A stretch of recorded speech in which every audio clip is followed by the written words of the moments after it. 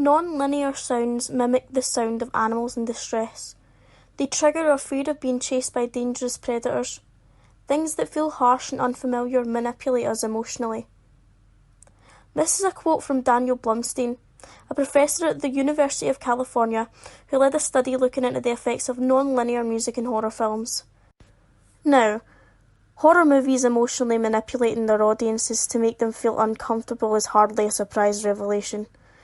The use of harsh strings in films like Psycho and Jaws have long been talked about as integral aspects of their respective movies. These harsh sounds are often associated with the bold, the screeching, and the minor, in terms of key that is. But when we think about these harsh and unfamiliar music or sounds, we don't often consider the horror and discomfort that can be created from happy music.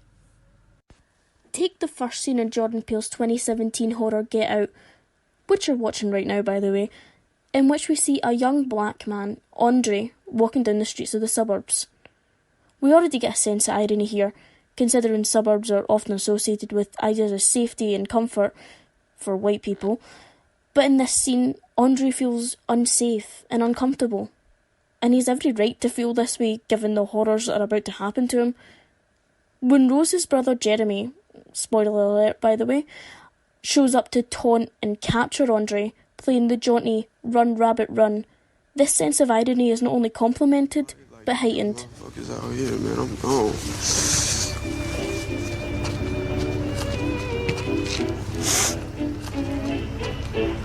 Yo, come on, bro.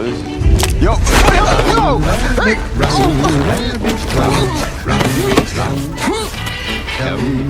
But how does this irony work to create horror? Well, other than the overtly threatening nature of the phrase "run rabbit run" within this context, and the discomfort created by juxtaposing scenes of horror and threat with sounds of cheeriness, there's also the association of this simple and chipper song with the idea of happiness and innocence. The audience can then understand that to Jeremy, hunting Andre and eventually effectively killing him is fun and joyous, and furthermore, we get the idea that Andre is powerless to what will become of him. This all culminates in a twistedly disturbing sense of horror within this opening scene, and is a perfect example of what I'd like to call the horror of happiness. Jordan Peele uses this effectively and notably within Get Out's opening scene, and more subtly later on when the protagonist Chris is lured back into the Armitage home by his girlfriend Rose. He finds her family watching and waiting on them on the porch while Jeremy plays discordant arpeggiated notes on the ukulele, resulting in an unsettling effect similar to the opening scene as Jeremy once again seems to taunt his potential victim.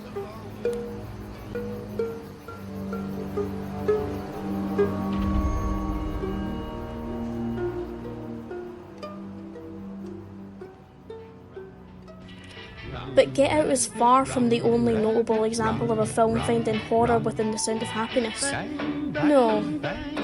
One horror movie with a ukulele playing demon could arguably be called the most notable within recent years of its use of happy music. And that movie is, of course,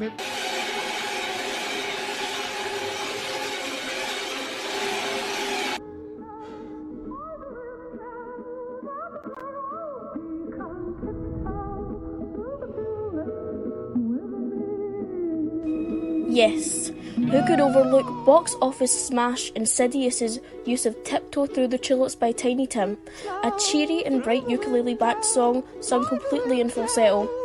Much like Jeremy's ukulele playing and the use of Run Rabbit Run within Get Out, the juxtaposition of the sounds of happiness and the scenes of the horrific, that being the possession of a child and haunting of their family, creates an uneasy, discomforting effect.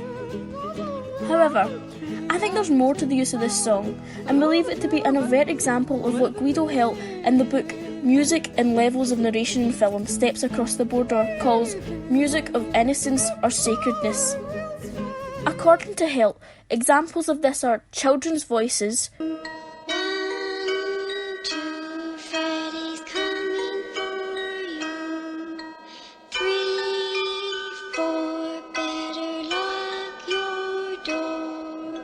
lullabies,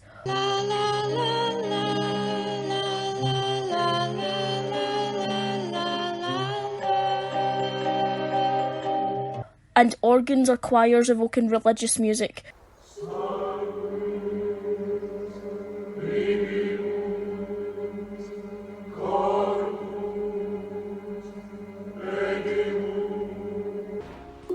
Furthermore, Help says these are used as signifiers for innocence corrupted or sacredness defiled or perverted. While Tiptoe Through the Tulips isn't a lullaby, religious song or nursery rhyme, it can nonetheless be closely associated with innocence and childhood, due not only because of its simplicity composition-wise and the major key it's performed in, but because of the high, childlike voice in which it's sung.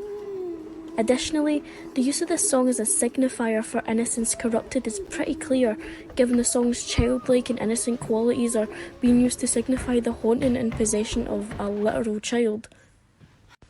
But I believe that the horror of music of innocence comes not simply, or at least not entirely, from the inherent subversiveness of the concept.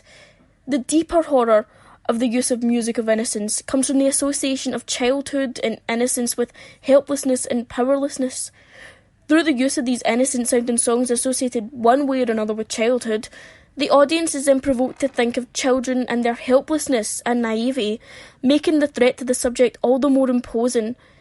Even when they aren't an actual child, as Run Rabbit Run had a similar effect within Get Out. Additionally, there's this association of innocence with happiness as, ignorance is bliss after all, and happiness with comfort.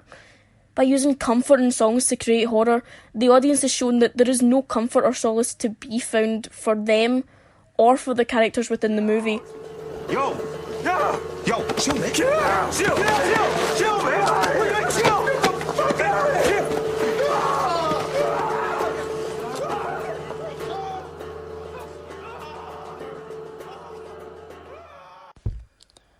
Through their subversive use of happy music, Get Out, Insidious, and movies like A Nightmare on Elm Street, Rosemary's Baby and The Omen show that sometimes what we least associate with fear can actually be the most frightening thing of all. Where are those keys, Rose? You know I can't give you the keys, right, babe?